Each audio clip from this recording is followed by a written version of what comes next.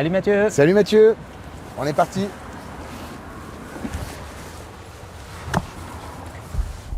Donc en tout cas merci d'être ici. Greenlight met en avant des épopées entrepreneuriales, des hommes et des femmes qui par leur action ont fait bouger les choses. Un petit passage sur toi peut-être pour commencer. Donc Mathieu, tu es girondin. Oui, tout à fait. Né à Talence, raised in Bordeaux. Ouais. Études à Paris. Études supérieures à Paris, ouais. Études supérieures à Paris. Tu étais dans quelle école? J'étais à l'école centrale. À Centrale, ok. Donc un G. Ingénieur généraliste. Tu es passé par un big. Tu as fait de l'equity brokerage également. Alors c'était pas côté equity, c'était côté plutôt taux, mais effectivement j'étais en salle de marché. Ouais. Ok. Et en 2009, tu crées la STEP. Exactement. La STEP. Pour une longue genèse qui a enfin abouti au lancement en 2015. C'était l'époque de la COP 21 déjà.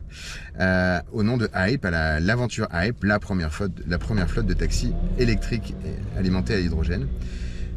Avant d'aller plus loin, mais quoi comme radio? Qu'est-ce qu'on écoute, Mathieu Gardy, quand on est en voiture? J'écoute de tout, je suis très éclectique, mais TSF Jazz, c'est parfait. J'ai l'impression qu'on va avoir beaucoup de TSF Jazz sur cette saison.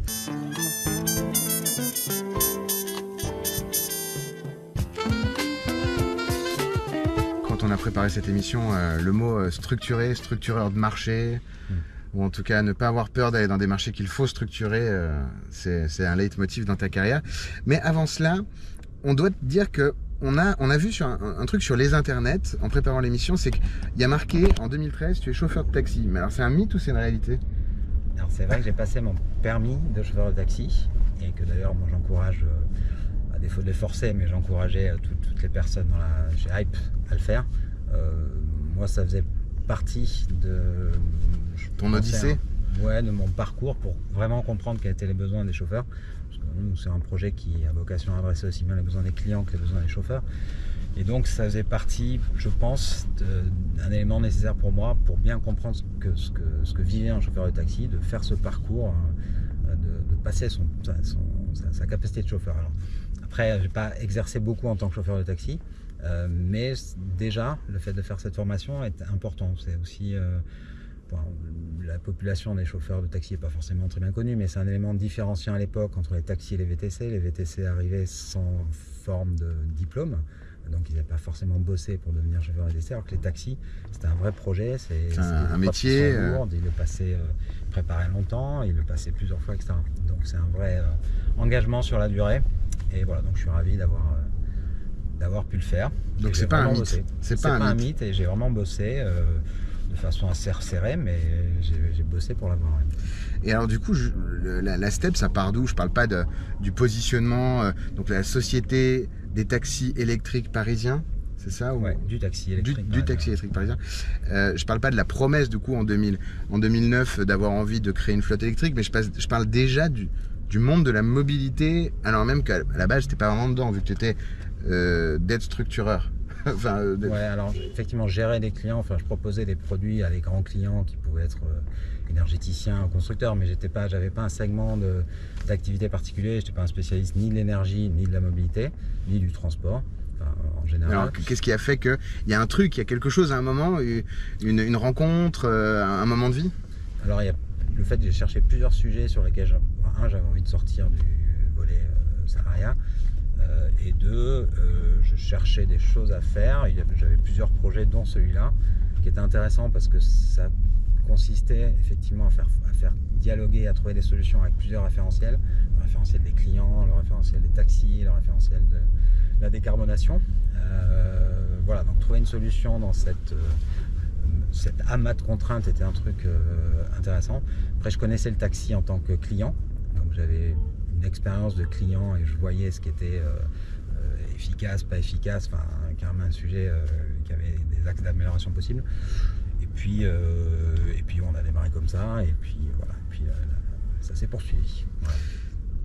Voilà. Hype, donc, puisque la STEP est devenue Hype il y a déjà quelques années, c'est le fruit d'un engagement envers la planète, c'est un challenge intellectuel ou c'est une opportunité business? Alors pour le préciser, effectivement, l'autre élément c'est que moi j'habite à Paris maintenant. Alors je dis pas que je suis parisien, mes enfants sont parisiens, mais moi j'habite à Paris et j'ai élevé mes enfants à Paris.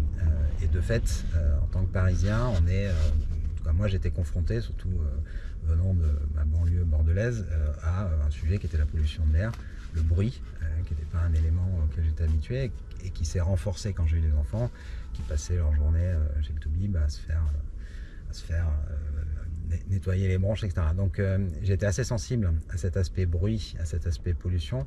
Et là, en tant que piéton, j'habite dans l'Est parisien, donc un endroit qui était assez embouteillé, j'étais effectivement sensible au fait que ça serait pertinent, utile, intéressant qu'il y ait moins de voitures à Paris et que les voitures qui restent arrêtent de polluer, arrêtent de faire du bruit et arrêtent de rejeter que Paris suive peut-être un peu la voie de sa grande sœur outre-Manche, londonienne. Voilà. Enfin, ou suivre, bref, qu'il y ait une dynamique autour de ça et qu'on essaie de faire bouger les choses. Donc ça, c'est quand même le point de départ de STEP, c'est de dire, il y a un vrai sujet qui est une flotte qui est la plus grosse pollueuse structurellement à Paris, doit trouver des solutions pour passer rapidement sur quelque chose qui ne pollue plus. Et c'est ça le point de départ de STEP. Et aujourd'hui, donc, la réponse, c'est une société donc, de taxi à énergie green, verte, qui permet au même prix, avec la même qualité de service, de se déplacer en région parisienne pour le B2C comme pour le B2B. C'est ça la réponse aujourd'hui. Exactement, la réponse c'est de dire il faut que tout le monde ait des solutions et puisse prendre des décisions facilement. Donc l'objectif c'est que toutes les voitures qui restent arrêtent de polluer. Donc dans le cas des taxis, on parle de 20 000 véhicules qui tournent tout le temps dans Paris. Il faut que ces 20 000 véhicules aient une solution rapidement pour passer sur du zéro émission à échappement. Ce qui va être soit de l'hydrogène d'ailleurs, soit de la batterie. Le point de départ, c'est aussi de dire la batterie ne fera pas tout, en particulier dans le taxi. L'hydrogène va être un complément intéressant et on va investir plus sur l'hydrogène parce que la batterie était déjà à peu près lancée. D'accord. Donc nous, l'objectif, c'est que effectivement le client puisse avoir une solution simple disant pour le même prix et sans nuire à la qualité que j'attends, je peux prendre un taxi qui ne pollue plus. Donc ça ne me coûte pas plus cher, mais je fais cet effort-là de le prioriser. Et puis au niveau du chauffeur, il faut arriver aussi à faire en sorte que ça ne soit pas une difficulté ni opérationnelle ni financière pour lui. Donc il faut qu'il ait le choix. Donc, soit il va prendre un véhicule à batterie, soit si ça ne lui convient pas, peut-être qu'un véhicule à hydrogène va plus lui convenir. Et puis organiser le fait que ça ne lui coûte pas plus cher. Pour ça, il faut développer une solution complète et la packager. C'est ce qu'on fait chez Hype en proposant à la fois un service clé en main sur la voiture, un service clé en main sur l'accès à l'énergie, puisqu'on déploie nos propres réseaux de stations de distribution d'hydrogène vert. Et puis un accès aussi à ce qui va le motiver vraiment pour franchir ce pas-là, c'est l'accès aux clients. Et donc nous, notre credo aussi à la base, c'est de dire ça n'est pas la responsabilité du chauffeur que de faire cette transition-là dans son coin et d'en assumer tous les risques et tous les coûts et toute la charge, c'est la responsabilité du client. Et si le client dit, moi dorénavant, je vais privilégier les véhicules taxi ou VTC zéro émission, ça c'est un message que le chauffeur va entendre et pour garder son client, il va renouveler sa voiture avec un véhicule zéro émission. Si c'était à refaire, est-ce que tu repartirais dans une boîte qui se base sur une techno mouvante côté R&D, on n'est pas encore arrivé au bout, non régulée à l'époque et pas encore complètement finalisée aujourd'hui, peu soutenue politiquement, sans infrastructure. Enfin, c'est une chose de l'ancienne boîte, mais l'ancienne boîte où il faut absolument traiter toute la filière pour faire en sorte que ta boîte à toi puisse émerger, qui joue un rôle bien précis dedans, c'est quand même la version, la piste noire de l'entrepreneuriat, quoi. Tu le referais, tu le referais si c'était à refaire ou... Alors, c'est une bonne question. La réponse est, je suis pas sûr. Ce qui est clair, c'est que je le recommanderais pas à d'autres. Donc moi, à la limite, voilà. Et ensuite, je pense aussi. Alors, par contre, c'est vrai qu'on a coché systématiquement toutes les cases de ce qu'il ne faut pas faire. Donc à la fois mélanger du temps long, du temps d'infrastructure avec le temps court d'une start-up, embarquer un autre élément très différenciant, c'est que moi je voulais qu'il y ait un volet social fort dans ce projet. Donc on a des chauffeurs de taxi salariés, ce que tout le monde a toujours dit qu'il ne fallait absolument pas faire, etc.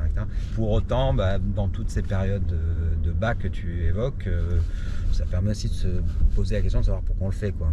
Et c'est là que je pense que si on ne sait pas pourquoi on le fait, effectivement on arrête, quoi. Après, si on a des bonnes raisons de le faire, on continue. C'est ma question d'après.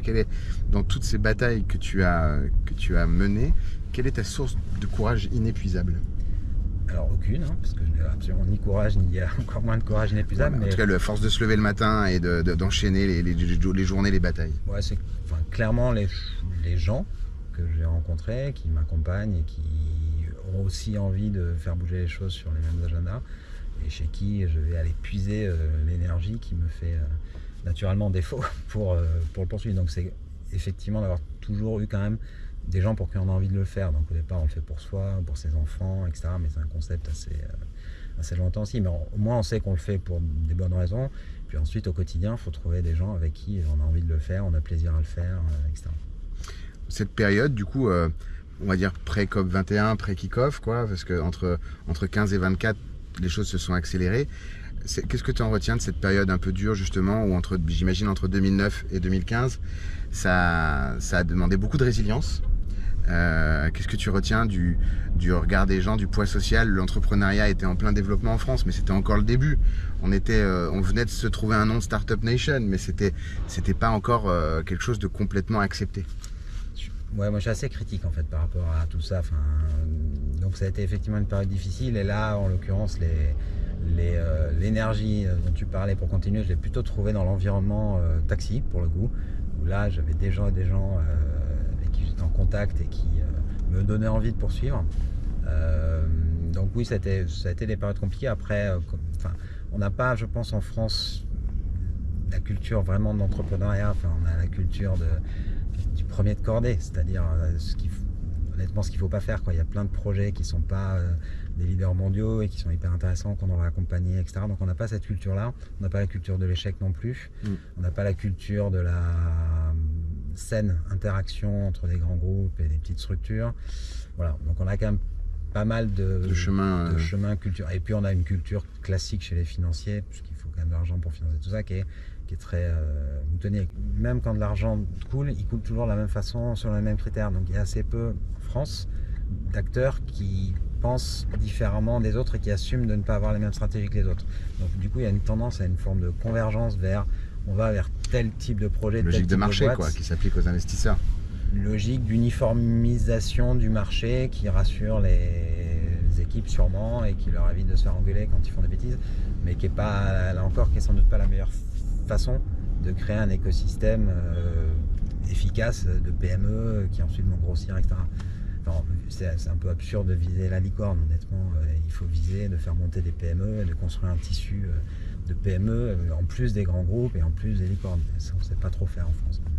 Et bah du coup, on ne sait pas trop faire, la culture est peut-être pas complètement là, mais à partir de 2015, je le disais, les choses s'améliorent. Qu'est-ce qui s'est passé en 2021, en 2015 pour la COP 21? C'est quoi le changement de paradigme?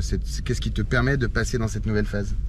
Le changement de paradigme, c'est comme souvent, c'est un projet qui avait besoin d'un momentum compliqué, parce qu'il fallait à la fois avoir un énergéticien qui était prêt à y aller à un instant T, un constructeur auto qui était prêt à y aller à un instant T, et un peu d'argent, donc un financier qui était prêt à aller, et faire en sorte que ces trois-là arrivent à se mettre d'accord pour qu'on lance le truc. Donc ça a été très compliqué sur la phase 2009-2015 dans l'écosystème batterie qui était lui-même en train de se monter de façon assez, on va dire, pas tout à fait organisée, disons. Donc on a eu des fois les deux, on a eu un constructeur et un financier, on a eu un énergéticien et un financier, mais on n'a rarement pas eu l'étincelle qui a fait que les trois sont allés jusqu'au bon sens. 2015, ce qui se passe, c'est que fin 2014, il y a des premiers véhicules hydrogène de série qui sont annoncés arriver en Europe, qui sont des constructeurs asiatiques. Alors c'est des véhicules que je connaissais parce que je les prenais en format proto, mais là ils sortent en série, donc c'est un message un peu comme différent. Celui-ci Comme celui-ci, en l'occurrence comme la génération précédente de celui-ci. Et du coup ça c'est un signal disant ok, l'hydrogène mobilité qui jusqu'à présent était un concept de proto qui n'avait pas progressé depuis 2009 va devenir une réalité industrielle. Et là ça justifie, parce que nous on a besoin quand même de s'inscrire sur des logiques industrielles, là ça justifie de tenter le pivot. Et donc j'envoie un mail à quelqu'un chez Air Liquide, qui est maintenant le patron de A24, Pierre-Étienne Franc. Je lui dis moi j'ai ce truc là qui fonctionne très bien. Vous faites des trucs en ce moment avec des chariots élévateurs dans des hangars, c'est super, mais c'est pas hyper visible. Si on faisait ça pour les taxis, ça serait beaucoup plus visible. Et il y a des vrais marchés derrière, etc. Est-ce que ça vous intéresse? Et si ça vous intéresse, vous vous dépêchez parce que je suis en train de lancer, etc., etc. Et lui, il avait son agenda, il cherchait exactement ce type de projet. Donc, il voulait sortir un truc pour la COP. Et donc là, on a eu la nécessité d'aller vite parce qu'il y avait une échéance qui était la COP 21 et qu'il fallait le sortir pour la COP 21. Donc ça s'est fait très vite. Et puis en plus, un industriel comme Air Liquide, c'est un peu différent des boîtes de services comme les énergéticiens avec lesquels je travaille. Temps long, le temps de l'industrie, les engagements long terme. Puis surtout, ils savent où ils vont. Ouais, voilà. Ils décident en tant que c'est une boîte d'ingénieurs. Une fois qu'ils ont décidé, ça déroule. L'hydrogène, justement, on parle de l'industrie. L'hydrogène, ça divise encore un petit peu aujourd'hui en tant que source crédible, industrialisable, scalable d'énergie à grande échelle. Les réserves, elles sont fondées et comment tu les surpasses? Parce que bon, tu vas pas me dire que l'hydrogène c'est nul, mais il y a quand même des réserves encore, il faut forcer de le constater. Alors, moi, je pensais bien qu'il y ait des doutes qui s'expriment et des réserves, parce qu'il n'y a pas de solution miracle. Et puis celui qui dit qu'il sait ce qu'il faut faire, je pense qu'il a déjà fait que la moitié du chemin. Donc, je pense qu'on a besoin de lancer plusieurs possibilités. L'hydrogène, j'en suis convaincu, fera partie du panel de solutions qui nous permettra dans la transition énergétique. La batterie, évidemment, aussi. Après, l'articulation entre les deux, honnêtement, personne n'en sait rien, et a fortiori dans le temps. Donc oui, on sait que la batterie est plus efficace énergétiquement, donc quand on peut utiliser les batteries, il vaut mieux utiliser les batteries. Ça, c'est vrai à l'échelon peut-être d'un véhicule, mais après, il faut se poser la question à l'échelon du système. Est-ce que c'est pertinent de mettre autant de matière pour faire des batteries sur tout un système quand on parle plus de milliers ou de millions, mais de milliards de véhicules? Qu'est-ce que ça implique en termes de ressources? Qu'est-ce que ça implique en termes de réseau? Parce que voilà, donc là, l'hydrogène, pour moi, est forcément un complément qui va être intéressant, parce qu'avec l'hydrogène, on n'a pas besoin de stocker une station-service dans sa voiture. Ce qui est la différence avec la batterie. Dans la batterie, on met la station-service dans la voiture. Avec l'hydrogène, on fait comme avant. On met quelque chose qui s'appelle de l'hydrogène, qu'on remplit à partir d'une station de distribution. Et ça pèse rien. Donc on n'a pas surchargé sa voiture. Et puis après, on peut faire le plein de la même façon que les gens font plein aujourd'hui, sans que ça ait les mêmes types d'impact réseau. C'est beaucoup plus décentralisé que ce qu'on a sur la batterie. Donc.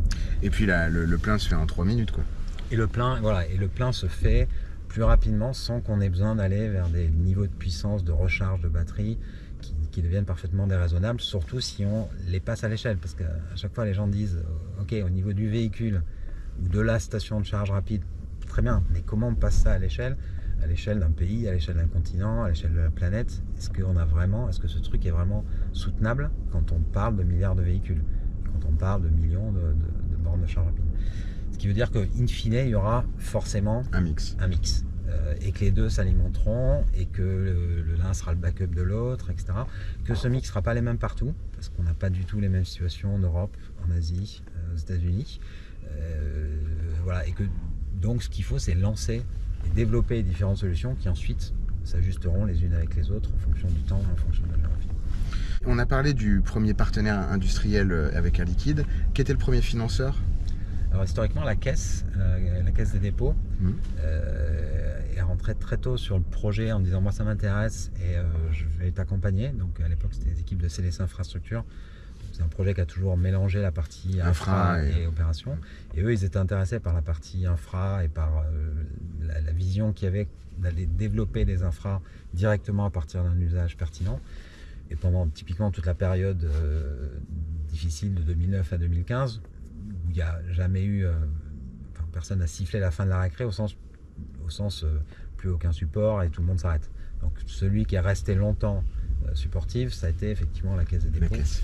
Qui est donc rapidement arrivé en renfort côté financier, sachant qu'Air Liquide, quand on a pivoté, lui il a aussi investi en minoritaire, c'est lui qui a donné le coup de départ. En fait. Ce sont tes deux investisseurs institutionnels un peu aujourd'hui? Alors aujourd'hui Air Liquide est sorti, ouais. La Caisse est toujours là. D'accord. On a parlé donc du premier partenaire, on a parlé du premier financier. Qui était le premier client, en tout cas, qui a été le client le plus emblématique, celui qui a vraiment basculé? Alors ça c'est intéressant dans le taxi, c'est que c'est à peu près le seul business où on n'a pas besoin de clients. Donc autant n'importe quelle start-up se dit ok, bon, je bosse mon produit et après mon vrai sujet c'est le client. Nous, on a eu l'avantage de ne pas avoir à se poser cette question trop tôt, parce qu'en fait c'est l'intérêt du taxi. Tu achètes une licence de taxi, tu mets un chauffeur dans un véhicule et il bénéficie du fonds de commerce mutualisé du taxi parisien. Donc ça c'était intéressant d'un point de vue structure du projet, parce que justement ça veut dire on peut se donner le temps long dont on a besoin pour l'infra. Parce que vous étiez live tout de suite sur le modèle historique. Parce qu'on lance le 7 décembre 2015 place de l'Almar, on va peut-être y passer ou pas. Et en fait, dès le 7 décembre au soir, les taxis étaient performing au sens ils pouvaient gagner de l'argent en prenant des clients dans la rue. Donc on n'a pas besoin au départ d'avoir un client. En revanche, effectivement, le modèle ne fonctionne que si, in fine, je le disais, c'est le client qui donne le message au chauffeur de passer sur des véhicules zéro émission. Donc on a besoin à un moment, et rapidement quand même, de capter ce client-là. Mais pour le capter, il faut d'abord qu'on ait de quoi mettre en relation avec nous, donc une application. Et pour avoir une application qui fonctionne, il faut une grosse flotte. Donc on ne peut pas démarrer avec 5 véhicules, comme en décembre 2015, qui était la plus grosse flotte de véhicules hydrogène du monde, mais enfin, on ne peut rien faire en termes de résa. Donc la plus grosse, c'était 5. La plus grosse, c'était 5, exactement. Pas mal. Voilà. Donc on savait qu'on allait avoir une période pendant laquelle on ne pourrait pas mettre les clients en relation avec notre produit. Donc ça nous laissait un peu de temps pour déployer la partie, enfin passer à l'échelle. Mais par contre, il fallait passer à l'échelle le plus rapidement possible parce qu'entre temps, tu te fatigues et tu crames l'argent. Et donc aujourd'hui, vous êtes Aujourd'hui, on a plus de 300, enfin 400 véhicules, mais on arrête de compter sur le nombre de véhicules qu'on a parce que ce qui est important, c'est combien de taxis roulent en zéro émission à Paris aujourd'hui et donc sont susceptibles de venir sur la plateforme Hype, sur l'appli Hype. Et aujourd'hui, il y a un petit millier de véhicules 1500, je crois. Enfin, non, 1500 au global en véhicules. 1500 à la fin de l'année. Et puis, il y a des Tesla, etc. Et nous, on a commencé à avoir des Tesla des véhicules électriques à batterie qui sont sur l'appli Hype. D'accord. C'est-à-dire que notre marché, c'est bien, sur la partie application, c'est bien tous les véhicules qui utilisent une motorisation qui ne rejette rien à l'échappement, qu'il soit hydrogène ou à batterie. Et sinon, un premier client B2B, pardon, un gros abonnement, une grosse boîte qui a dit allez, on vient avec vous, un logo qui est toujours important pour un entrepreneur quand tu mets une plaquette sur une offre B2B. Ouais, je pense que ceux qui ont vraiment donné le point de départ de façon significative, c'est-à-dire en prenant un risque, la mairie de Paris. Ouais. Et ils ont pris le risque parce que la mairie de Paris, c'est un marché de taxi exclusif. C'est un peu le seul marché. Ah oui, vu que c'est un marché public, j'imagine. Non, par exemple, le Sénat qui a aussi fait l'exercice, ils ont plusieurs prestataires. Okay. La mairie a décidé d'avoir un seul prestataire. Donc vous avez pris tout. Et donc on a pris tout le marché de la mairie de Paris pour les agents valides et pour les agents non valides. Donc il y a deux marchés distincts. Et là, effectivement, c'était une bascule risquée pour eux, entre guillemets, parce qu'ils passaient leur opérateur historique, que je ne citerai pas, vers un nouvel acteur qui suivait depuis longtemps. Mais voilà, donc il fallait. Là, il y a une vraie prise de risque. Il y a un choix. Il y a un choix qui s'est traduit par le fait qu'ils l'avaient mis dans leur. Ils ont fait un appel d'offres, donc tout ça a été tout à fait justifié, mais ils ont mis une pondération sur la qualité, le critère qualité de la flotte qui était élevé, qui était de 20%, je le cite, parce qu'on va clair en est. Et ça, c'était un signal clair de dire moi, c'est important pour moi. Et du coup, j'ai pondéré ça. Donc, de fait, je vais dépondérer d'autres éléments de type taille de la flotte, etc. Donc ça, c'est un vrai. De toute façon, la mairie de Paris nous a soutenus depuis très longtemps, la région Île-de-France également. Mais ça, c'est un vrai marqueur. Et puis après, le suivant, c'est les jeux, quoi. Ouais. C'est Paris 2024 qui décide de nous faire effectivement confiance et qu'on devienne partenaire des jeux pour la plus grosse manifestation mondiale avec des enjeux extrêmement forts. Ça n'a pas trop craqué de partout, l'appli, le volume d'usage, les chauffeurs, j'imagine que ça a été un moment dense. Ça a été un moment je pense, hyper intéressant pour tout le monde. On a vraiment, nous, c'est devenu un projet d'entreprise complet. On a une personne part en vacances cette année, tout le monde est focus sur les jeux, etc. Tout le monde va devoir faire des choses un petit peu différemment. Et puis après, les équipes de Paris 2024 sont tellement top. Enfin, je veux dire, ils gèrent un truc monstrueux. Je suis vraiment très admiratif de ce qu'ils ont fait. Donc voilà, le dialogue avec ces équipes-là était bon. Le management de Paris 2024 est top. Donc les difficultés étaient nombreuses, mais elles ont été toutes surpassées. On est ravis d'être hissé à la hauteur du succès des jeux. Disons que c'est après la mairie de Paris, Air Liquide, la caisse qui investit, ces moments forts dans la vie d'un entrepreneur. Ouais. Être le partenaire mobilité d'un événement comme les JO, ça devait être Tu te souviens du moment où vous l'avez appris? Parce que j'imagine que c'est un projet au long cours. Le moment où avec les équipes, vous avez eu la vraie certitude que vous alliez en être. Qu'est-ce qui s'est passé dans cette pièce au moment où vous l'avez appris?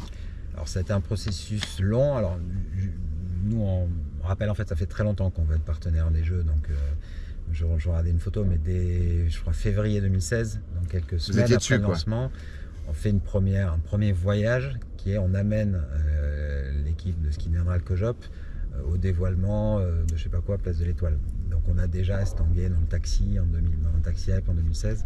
Voilà, et nous on savait qu'on avait besoin, comme on a eu avec la COP21, ce momentum où les gens se bougent et font les choses différemment et accélèrent, basculent, on savait que les jeux ça allait être utile pour notre cause, pour faire bouger les choses. Toujours en train de se demander comment on fait pour faire bouger les choses. Donc on voulait être prêt pour cette échéance-là. Et puis les jeux, Paris 2024 avait vraiment un agenda très clair, très ambitieux sur le côté durable de ces jeux, qui sont un peu la première nouvelle Olympiade de ce type-là, avec vraiment des engagements qui ne sont pas du greenwashing. Donc eux voulaient bosser avec nous. On a été annoncé assez tard comme partenaire. Ces discussions ont duré assez longtemps. Mais effectivement, on était ravis quand ça a été officiel et qu'on a pu annoncer. J'ai une question qui n'était pas prévue, qui n'est pas une question qui a été préparée par la rédaction de l'émission. Et du coup, si tu veux bien y répondre, la voici. Bonjour Mathieu. Alors ma question est la suivante. L'aventure Hype a démarré il y a maintenant 9 ans. À l'époque nous étions 5 et aujourd'hui on est plus de 400. Et malgré cette industrialisation, tu as su maintenir cette proximité avec tes collaborateurs. Quel est ton secret ?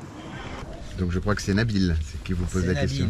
Ouais, ça c'est un autre enjeu qui moi me motivait pour faire ça et me lever le matin, c'est d'arriver à trouver des modes d'organisation qui soient plus en phase avec mes valeurs que ce que j'avais pu trouver quand j'étais salarié. Donc ça veut dire lean Ça veut dire un truc qui n'existait pas tout à fait dans le livre, parce que là encore il y a plein de littérature sur des organisations spéciales start-up qui ont un produit et des armées d'ingénieurs. Nous, on est une structure où, Nabil le rappelait, il y a plus de 400 salariés, mais une partie significative salariés, c'est des chauffeurs de taxi salariés.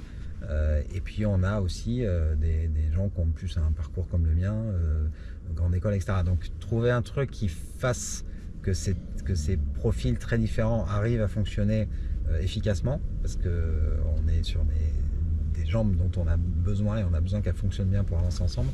C'était pas, là pour le coup ça se trouve pas dans le livre, parce que de fait il y a assez peu pas du tout d'ailleurs de flotte de taxis salariés. Voilà, donc il a fallu trouver un mode d'organisation qui fonctionnait. Comme le dit Nabil, ce qui est toujours compliqué dans les organisations, c'est quand elles grossissent. Plus elles grossissent et moins elles se conduisent bien. En tout cas, plus elles perdent naturellement leur lien du départ ou leur valeur du départ. Donc ça a été un enjeu. Par exemple, en termes de management, moi je dis toujours à mes managers, je ne vous managerai pas, quoi. Donc je vous dis ce qui va se passer, je vous dis ce qu'on va pouvoir faire, je vous dis ce qu'on ne pourra pas faire. Ça vous plaît, très bien, vous êtes les bienvenus. Ça vous plaît pas, pas de problème. Donc je pars du principe, il ne faut jamais retenir quelqu'un qui veut partir. Il faut être très clair dès le départ sur ce qu'on va faire et ce qu'on ne va pas faire. C'est du directionnel. C'est pas du directionnel, c'est être très très transparent pour ne pas avoir cette couche de management qu'on retrouve, je trouve, dans les boîtes où on essaie un peu d'embobiner le salarié en expliquant que bon, ça se passe pas comme je t'avais dit, mais t'inquiète pas, blablabla. Donc être très... La loi de l'explicite. La loi de l'explicite, et puis si quelqu'un doit partir, qu'il parte, c'est pas très grave. Par contre, tant qu'il est dans le projet, qu'il voit la bouteille à moitié pleine, donc qu'il passe en mode, oui, ça c'est pénible, mais ça m'intéresse. Et l'autre truc sur lequel j'étais très clair, c'est que je veux pas gérer de conflit. Donc c'est votre boulot de voir la bouteille à moitié pleine chez votre collègue, chez votre père, et ne venez pas, vous n'aurez pas aucune réalité, au contraire, si vous venez vous plaindre de tel ou tel. Donc je gérerai ce qui dépassera, mais votre boulot à vous, c'est de faire en sorte de vous entendre et de voir chez l'autre la bouteille à moitié pleine, les trucs qui vous rapprochent, et d'avancer ensemble. Et de faire en sorte que les gens se respectent, arrivent à bosser ensemble tout en étant très différents par leur parcours et par leur fonction aussi. Donc ça c'est un truc, voilà, c'est atypique comme mode d'organisation, des fois un peu collégial, des fois un peu trop participatif, donc des fois on est en excès de participatif, après on recentre, etc. Mais je trouve un truc qui a in fine fonctionné pas mal, avec aussi la possibilité de faire monter du monde, donc pas du tout figé dans les profils, dans les parcours, etc. Pas recruter des stars, recruter des gens qui ont envie, quoi, en fait, et qui vont c'est le projet d'abord. Exactement. Magnifique.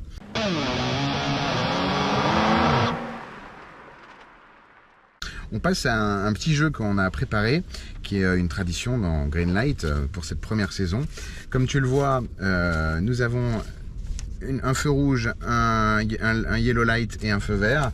Je te les confie et puis je vais te poser quelques questions et tu me dis si ce que ça évoque pour toi en termes de feu rouge, feu orange ou feu vert. Ton équilibre vie pro, vie perso. Alors la question c'est... Qu'est-ce que tu penses de ton équilibre vie pro, vie perso, toi personnellement? Pourrait être meilleur. Pourrait être meilleur. Ouais. Mais du coup, tu en as conscience, tu y travailles. Qu'est-ce que ça veut dire comment on s'organise dans ce cockpit de dirigeants pour pouvoir y voir clair? Non, en fait, je travaille beaucoup trop depuis quelques années et je m'en rends compte. Alors que voilà, je sais que c'est pas quelque chose d'intelligent. Après, il se trouve que mes enfants ont grandi, donc ils sont plus à la maison, donc ça tombe pas mal. Et je suis content d'avoir pu être plus présent quand ils étaient encore là. Mais voilà, je considère que c'est pas sain de bosser longtemps par jour. Voilà. On va pas donner un nombre d'heures. Est-ce que tu considères que tu as réussi, toi, personnellement? Non. Il faut nous donner une couleur.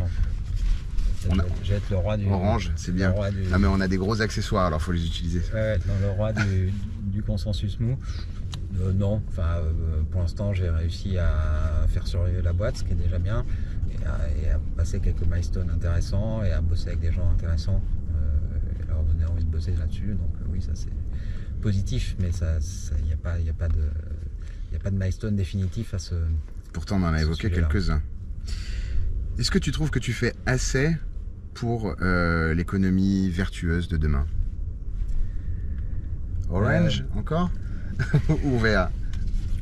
Je fais mon max, voilà. Je fais mon max et là, effectivement, il n'y a pas d'agenda caché dans ce qu'on fait. C'est ça qui est assez agréable et c'est aussi ça, je pense, qui intéresse les gens qui bossent avec nous. Donc oui, il n'y a pas d'agenda caché, voilà. Donc on est vraiment... vous dites les choses et vous les faites. Ouais. La France, c'est un paradis pour les entrepreneurs? C'est pas un paradis parce qu'il n'y a pas de paradis. Après, c'est un endroit où il est quand même très agréable de vivre, donc c'est déjà bien. Après, il y a quand même pas mal de soutien. Enfin, le premier financeur, j'ai oublié de le citer, il s'appelait Pôle Emploi, hein, mais comme je pense que la plupart des entrepreneurs, il y a quand même des dispositifs qui font que tu ne sautes pas dans le vide comme dans d'autres pays. Après, voilà, il y a quand même quelques problèmes culturels qui sont pas évidents en France. La France, c'est un paradis pour l'hydrogène?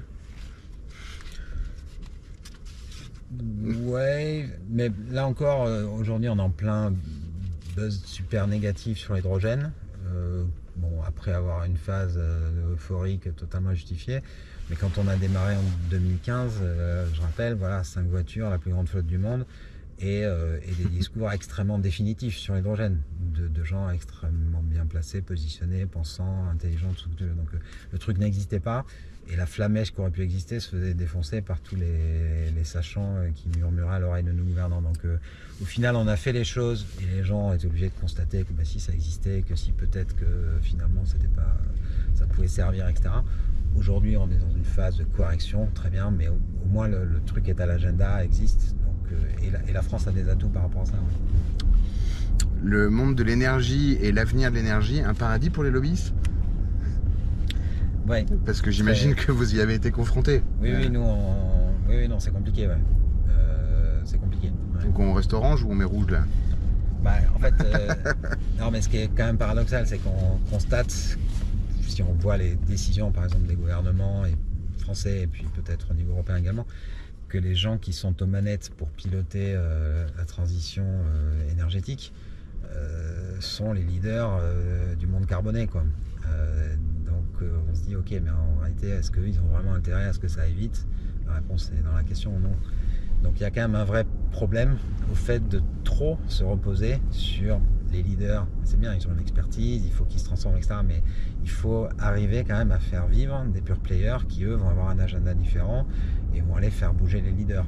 Les beaux engagements versus le retour en arrière qu'on perçoit avec l'économie qui tangue un petit peu en ce moment. Est-ce qu'il est réel? Toujours avec une carte. Est-ce qu'il y a un vrai retour en arrière ou... Ouais.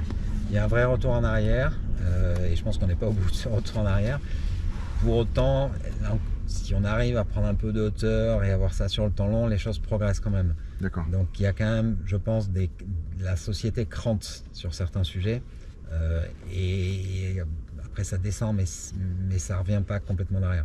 Je Je prends un exemple simple, on est dans une voiture avec une ceinture attachée, personne ne fume.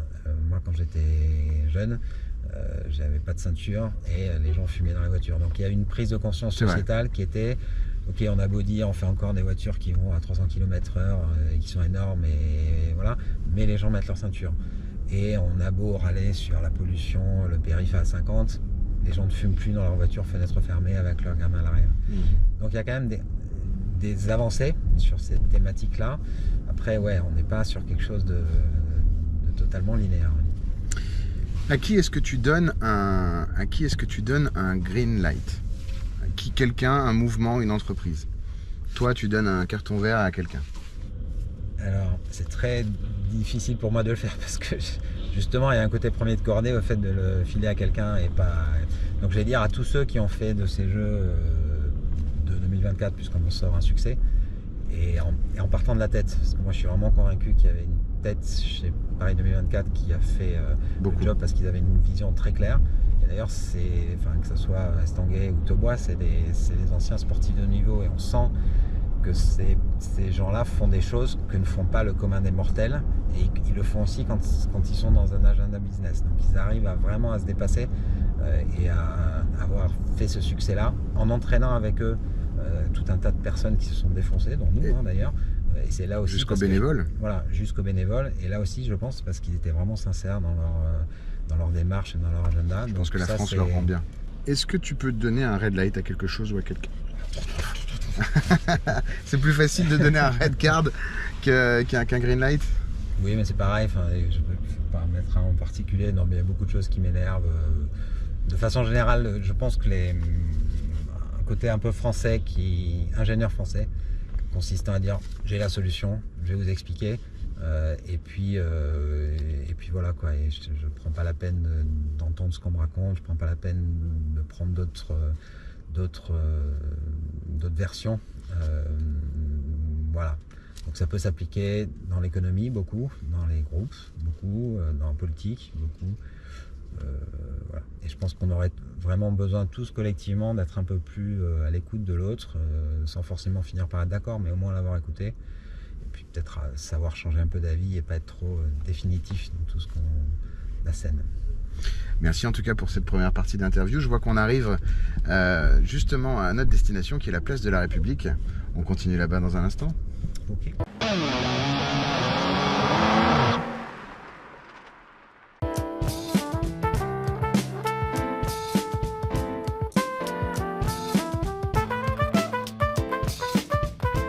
Pourquoi tu voulais venir à la République alors? Parce que République est un bon exemple de place qui a été, je trouve, bien transformée par rapport à ce que c'était il y a 10 ans. Je sais pas quand d'ailleurs. C'est un symbole aussi de choses qui avancent, choses qui bougent. C'est aussi un symbole, voilà, où se confrontent des choses qui bougent, des gens qui râlent, des gens qui construisent, voilà. Donc c'est intéressant. Alors 2024, puisque du coup nous sommes place de la République, on parle des dernières questions si tu le veux bien. 2024, c'est une opération qui est liée notamment à Paris 24 dont on a parlé, qui est le hashtag Je bascule, 2024 Je bascule. Exactement. Et alors qu'est-ce que c'est que ce mouvement? C'est quoi les ingrédients et pourquoi? Alors ce mouvement, l'objectif c'est de faire en sorte que les Jeux ne soient pas un peu ce qui a été le cas avec la COP21 en 2015, c'est-à-dire beaucoup d'annonces et assez peu de réalisation derrière. Donc là, il y a une vraie dynamique qu'on a senti monter au niveau des Jeux, un vrai succès au niveau des Jeux, plein de bonnes intentions, on se redécouvre, etc. On veut faire des choses formidables et nous, on veut travailler sur l'héritage. Et on voudrait que dans l'héritage des Jeux, en plus des pistes cyclables et des lignes de métro nouvelles, qu'il y ait aussi un élément qui soit on a changé nos manières de consommer. Les usages. Et voilà, qu'une certaine façon, 2024, c'est aussi un point de bascule à partir duquel on pourra dater le moment où on est vraiment passé à l'échelle dans des modifications d'usage. L'idée est de faire en sorte qu'il y ait un effet boule de neige. Donc c'est compliqué de bouger soi-même, mais on se tient chaud quand on constate que d'autres l'ont fait. Donc on a froid quand on constate qu'on n'est pas dans la liste ou pas? Et c'est un peu ça l'idée aussi. Il faut donner là encore envie aux gens de bouger, enfin trouver des solutions pour qu'ils bougent. Donc ils peuvent se faire... Une société peut communiquer positivement sur le fait qu'elle rentre dans cette logique de bascule, et donc elle fait un geste très concret et qui a un engagement très limité, puisqu'on leur dit juste commencer à utiliser ou à référencer ou à prévoir dans votre prochain appel d'offres qu'il y ait cette dimension-là qui soit prise en compte. Donc c'est extrêmement light et ça s'adapte à toutes les gouvernances les grands groupes privés et publics. Vous le faites d'allumer la mèche, pas forcément. Exactement. C'est pas une logique de volume, d'engagement, quoi. Voilà. Vous n'êtes pas les premiers parce que la mairie, le Sénat, Paris 2024 a pris les devants. Et donc faites ça, vous pourrez communiquer là-dessus, ça c'est l'objectif, vraiment qu'on communique tous là-dessus et ça sera effectivement sur un temps, ça a monté en puissance, mais ça permet d'envoyer un message tout de suite au chauffeur qui dit ok, ces clients-là sont en train de rentrer dans cette logique-là. Et donc on boucle, on est aussi dans le recrutement de chauffeurs, au moment où il prend sa décision de renouvellement de voiture. Exactement. Tout est... Alors c'est ça qui est intéressant dans le taxi, c'est qu'un le chauffeur taxi ou de VTC il change de voiture à peu près tous les 3-4 ans à Paris. C'est-à-dire que si on regarde aujourd'hui, dans 4 ans, toute la flotte des 20 000 taxis et 30 000 VTC parisiens aura été renouvelée. Et donc là, voilà, l'idée de la bascule, c'est ça, c'est essayer de créer un mouvement qui soit facile, dans lequel il soit facile de rentrer, qui soit très très incluant et qui permette de faire boule de neige et donc et aussi de consolider l'héritage des Jeux. En tout cas, bravo pour tout ce que vous avez fait. On a parlé beaucoup de l'histoire de 2024, de cette opération Je Bascule. Bon, forcément, on ne peut pas finir sans vous poser une question sur la suite. 2025, 2026 et beyond, j'ai cru comprendre que du coup, ce qui allait vous occuper, ça va maintenant être une croissance aussi internationale et régionale. Vous parlez de créer un corridor de l'hydrogène en Europe avec ces villes, ces capitales et même ces villes régionales, on le disait à l'instant, qui vont du coup pouvoir accueillir Hype. Est-ce que tu peux nous en parler un petit peu et nous donner peut-être à 3 ans, 4 ans des idées de chiffres là où on va vous retrouver?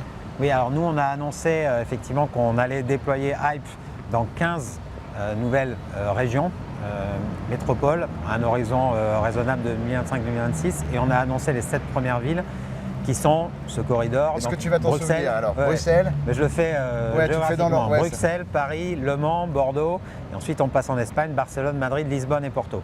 Et donc en fait on a ce corridor, alors hydrogène ou zéro émission, où on dit dans chacune de ces villes, on déploie les solutions qu'on a déployées à Paris pour accompagner des flottes incontournables vers des solutions zéro émission et en premier lieu les taxis. Et ensuite, en faisant ces points sur la carte, on fait aussi un corridor qui servira pour d'autres usages qui en particulier vont être pertinents pour la mobilité hydrogène, qui sont les camions. Et donc on fait ce corridor pour camions qui fera qu'un camion qui partira de Bruxelles pourra descendre jusqu'à Porto en ayant trouvé sur son chemin des bornes de recharge, des stations de recharge d'hydrogène à proximité de ces grandes villes. Un mot pour la fin, qu'est-ce que tu souhaites à l'avenir de la mobilité pour la fin de l'année là? Pour la fin de l'année, quelle bascule! Quelle bascule complètement. Bon ben, le message est passé, je crois. Merci beaucoup Mathieu Gardy. Merci Mathieu. Merci infiniment et on salue toutes les équipes. Merci. Merci beaucoup. Pour ma part, je vous retrouve pour le prochain épisode donc de Greenlight qui sera toujours évidemment diffusé sur Be Smart for Change. Tout de suite, c'est la suite des programmes sur la chaîne. Merci à tous.